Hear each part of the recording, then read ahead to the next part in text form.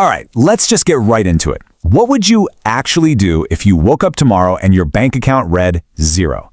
I mean, for most of us, that's the nightmare, right?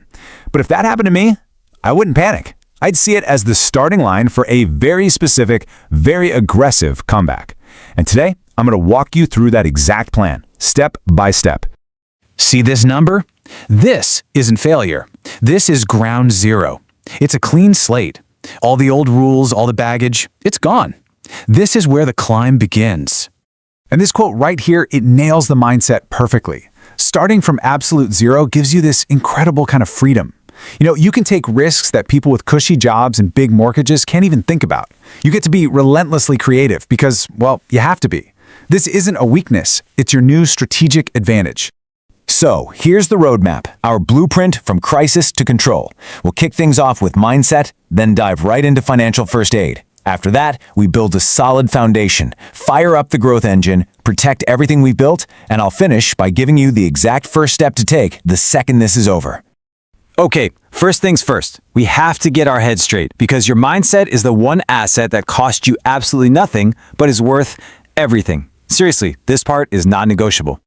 Let's reframe this whole situation. When you have nothing to lose, you can hustle in a way that someone who's comfortable in their job just won't. You're not chained to bad decisions from the past. And just remember this stat. Nearly 80% of millionaires started from the ground up.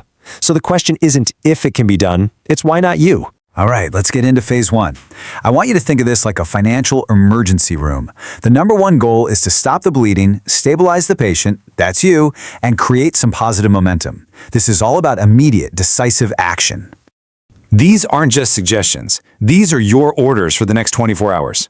First, you have to get cash flow positive. Now, offer a skill, any skill for immediate payment. Second, perform surgery on your bank statement. Cut every single subscription that isn't absolutely essential for survival. Finally, that first dollar you make, it goes into a brand new, totally separate account. This is your war chest. We build from here. Okay, the bleeding has stopped. Now we can shift from pure survival mode to building some real stability. This is where we construct the launch pad for all your future wealth. This phase is so critical and you absolutely cannot skip it. So, let me ask you a quick question. For years, we've all heard the same advice, right? Save a 3-month emergency fund. But does that advice still make sense in a world this unpredictable? The answer is no. It's dangerously outdated. Just look at the difference here. The old advice leaves you one bad month away from a total disaster. The new standard, which we're going to call a sovereign reserve, is 9 to 12 months of your living expenses in cash. See, the goal isn't just to survive losing your job. It's to have the peace of mind to say no to bad opportunities and to jump on the right ones. And that's the whole point. A big cash cushion buys you freedom. It buys you the ability to think long-term, to negotiate from a place of strength, and to handle any storm without making desperate bad decisions. Peace of mind is an asset, and trust me, it compounds. Now, while you're building that reserve, you have to attack high-interest debt like it's your mortal enemy. There are two main ways to do it. The snowball method has you pay off the smallest debts first, which gives you these quick, motivating wins. The avalanche method has you attack the highest interest debt first, which is mathematically the fastest way. Neither one is wrong, just pick the one you will actually stick to. And only when your foundation is rock solid, I'm talking your sovereign reserve is funded and that nasty high-interest debt is gone, only then do we move to phase 3. This is where we finally shift from defense to offense and start building real, lasting wealth. But before you even think about stocks or crypto or any of that, you have to get this concept. Your most powerful wealth-building tool is you. It's your human capital. Early in your journey, the return you'll get on investing in a new skill will absolutely demolish any return you'll get from the S&P 500. Your ability to earn more money is your primary leverage, period. So how do you actually do that? Look, forget about just getting another generic certification. You need to turn a skill into cash flow by solving a painful problem for someone. For example, if you're a decent writer, don't just put up a profile on a freelance site. Go find local businesses with terrible website copy that's losing them customers. Offer to re-rec their homepage for a flat fee. You see, that's a specific problem with a specific solution. That's how you turn your skill into a real income stream, and that income is what fuels this entire engine. Let me be crystal clear about this. Investing in the market is the final step in this whole sequence, not the first. Once you have a reliable income and that solid foundation, the goal is simple.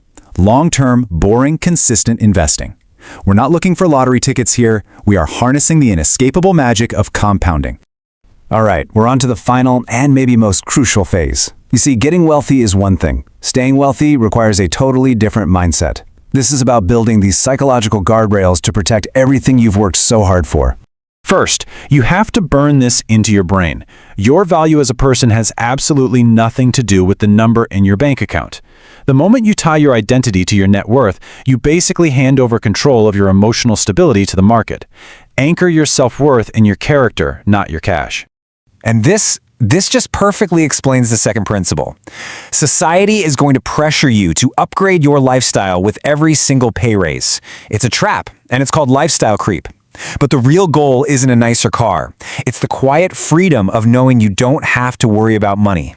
That is the real status symbol. And here's a simple, tactical tool to help you fight that pressure. For any big, non-essential purchase, just wait 30 days. That's it. You will be amazed how often that emotional urge to buy just fades away. This one habit creates a powerful gap between your impulse and your action, and it allows your assets to keep building instead. So, we've covered the entire blueprint, but a plan is totally useless without action. Let's bring this all home with the exact steps you need to take the second you're done listening. No excuses, no procrastination, right now. First, open a blank document and list every single debt you have. The name, the balance, the interest rate. Look at it. That is the enemy. Second, log into your bank's website right now and set up an automatic transfer to a savings account for the day after you get paid. Start with $20. The amount doesn't matter, the automation does. And third, you have to make an unbreakable decision that you are done being broke. You have to burn the boats. There is no plan B. In the end, coming back from zero isn't really about the resources you have. It's about the discipline to execute a plan, day in and day out. The blueprint is right here. The climb is right in front of you. So the only question left is, are you ready to start?